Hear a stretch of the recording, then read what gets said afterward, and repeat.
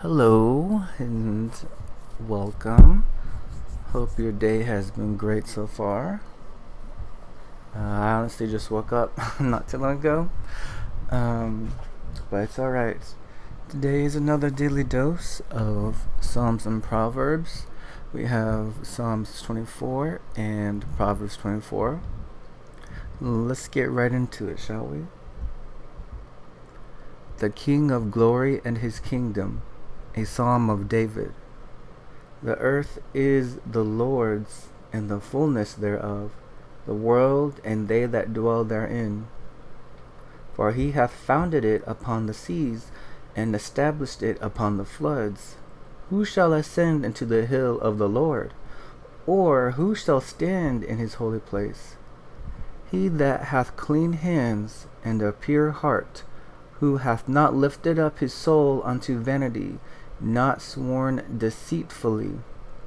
He shall receive the blessing from the Lord, and righteousness from the God of his salvation. This is the generation of them that seek him, that seek thy face, O Jacob, Selah. Lift up your heads, O ye gates, and be ye lift up, ye everlasting doors, and the King of glory shall come in. Who is this King of glory? The Lord strong and mighty, the Lord mighty in battle. Lift up your heads, O ye gates, even lift them up, ye everlasting doors, and the King of glory shall come in. Who is this King of glory? The Lord of hosts. He is the King of glory. Selah. Oh. We keep talking about gates. Gates. Oh, excuse me, that was mine. No way. That was my laptop. But, King of Glory and gates.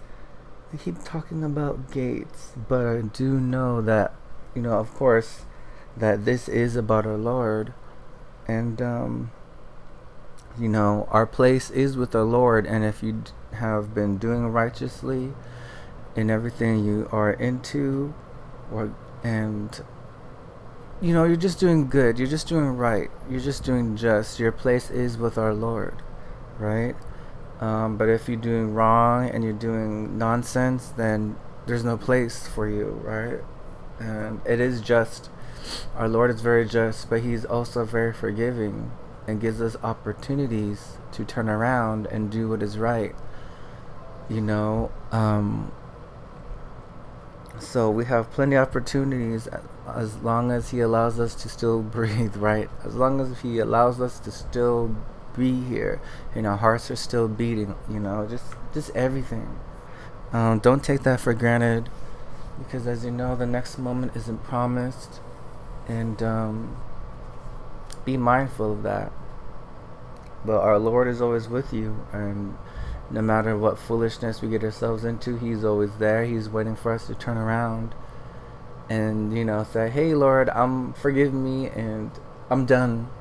I'm going to you, and I'm going to leave all this nonsense behind and move forward, and change, and change. And of course, change for yourself. Don't change for anybody else. Don't, because no one can make any changes for you but our Lord. And so, change for yourself, or, you could look at it, change yourself for our Lord. So, that's a work in progress that we all, I'm sure, we're on. Whether maybe you haven't started yet, maybe in the future, prayerfully soon, or, maybe not too long from now, I don't know. But, start your spiritual journey on a new path for you to walk on, which is, away from all foolishness and nonsense, as best as we can, of course. Because, as you know, we're not perfect. But yes, that was Psalm 24. Now let's go on to Proverbs 24. Be not thou envious against evil men, neither their desire to be with them. For their heart studieth destruction, and their lips talk of mischief. Through wisdom is an house builded, and by understanding it is established. And by knowledge shall the chambers be filled with all precious and pleasant riches. A wise man is strong. Yes, a man of knowledge increaseth strength. For by wise counsel thou shalt make thy war, and in multitude of counselors there is safety. Wisdom is too high for a fool. He openeth not his mouth in the gate. He that deviseth to do evil shall be called a mischievous person. The thought of foolishness is sin, and the scorner is an abomination to men. If thou faint in the day of adversity, thy strength is small.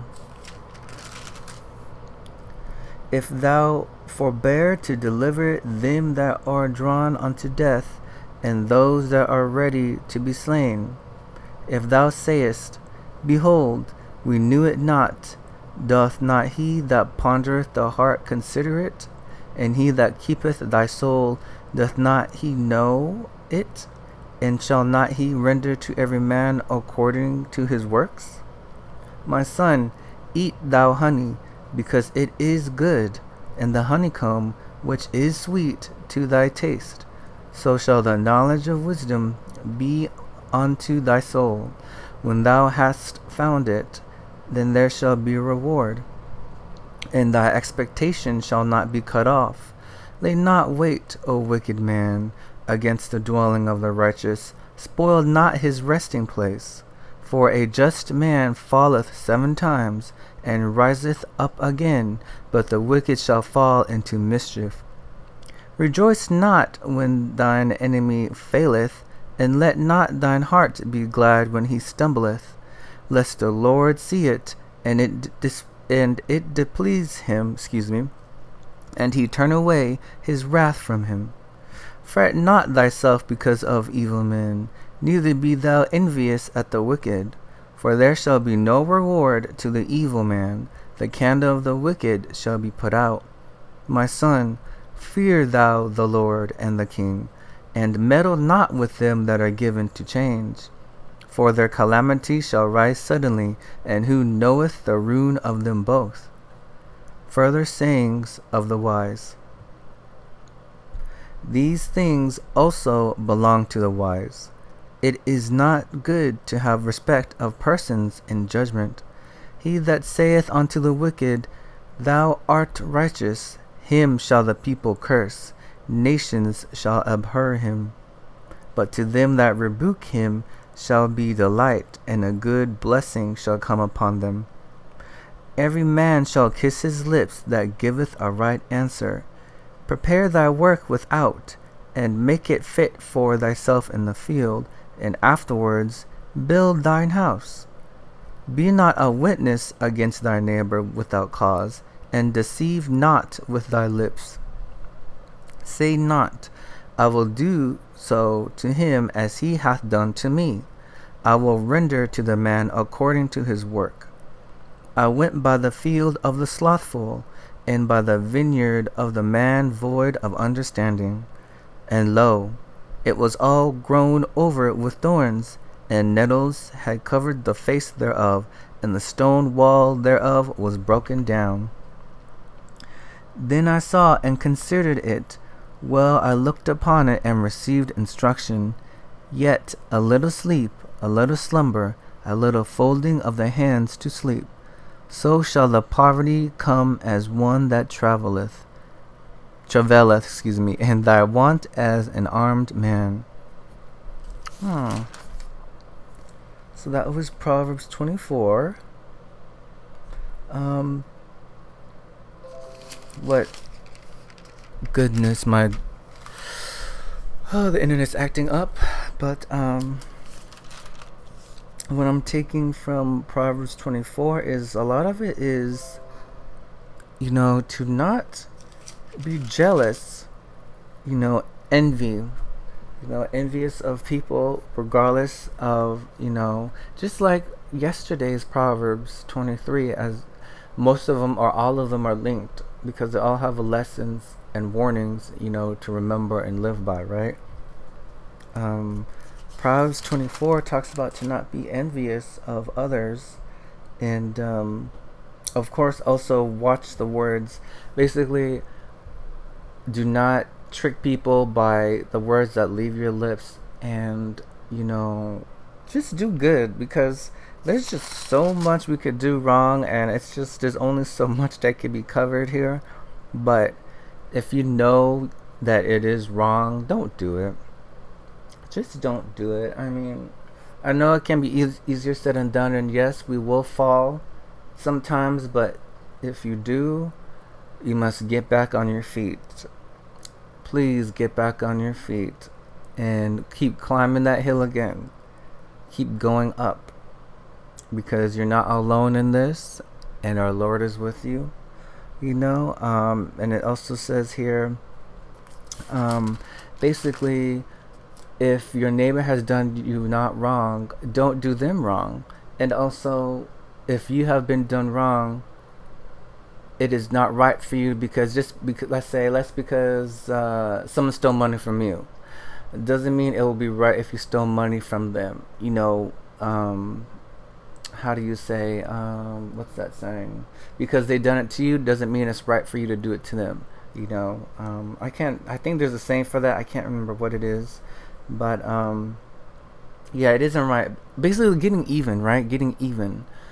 And also, do not be happy or delighted in when those who get into foolishness, those who get into wickedness, when they fall, when they get into despair. Don't rejoice in that, because we're no better than them.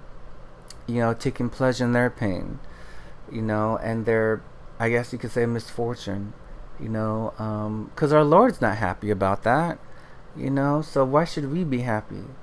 Our Lord doesn't want to see anybody in agony or pain or suffering or anything. So why would we want to? Because it's not coming from a place of love. It's not love. Because as you know, our Lord is love, is the definition of love and more that we can't even describe. And love does not include, taking joy in seeing others' pain and agony. There's no good in that. There's no good. So please remember that. And there's let me see here. It also mentions in here that basically, if you are idle, which honestly sometimes I feel like I'm idle, or if you I can't, basically, if you do not take initiative or take action, you won't bear any fruit of your labor. Like what you put in, you get out of it. That's basically what comes to my mind. And sometimes I feel like I'm idle. And I sometimes feel like, I ask the Lord, if, the daily Psalm and Proverbs, if they're actually reaching others, are they falling on deaf ears? Are they, am I supposed to be doing this? Sometimes I think about that. But when I feel like that, and then I start recording and live streaming, and then it starts to feel right, and it starts to feel good. And of course, as you know, the enemy likes to place doubt and what's that called? Second guessing. When we're going to do something, or we know what is good or what is right, and we start second guessing. Or it can be looked at many interpretations, I guess, or many ways, but it is a strange thing. It is a very strange thing. But I hope wherever you are, you're safe and sound. You and your loved ones. and you are all doing well. And continue have a great morning, afternoon, or evening wherever you are in the world. And until next time, y'all, I will catch you later.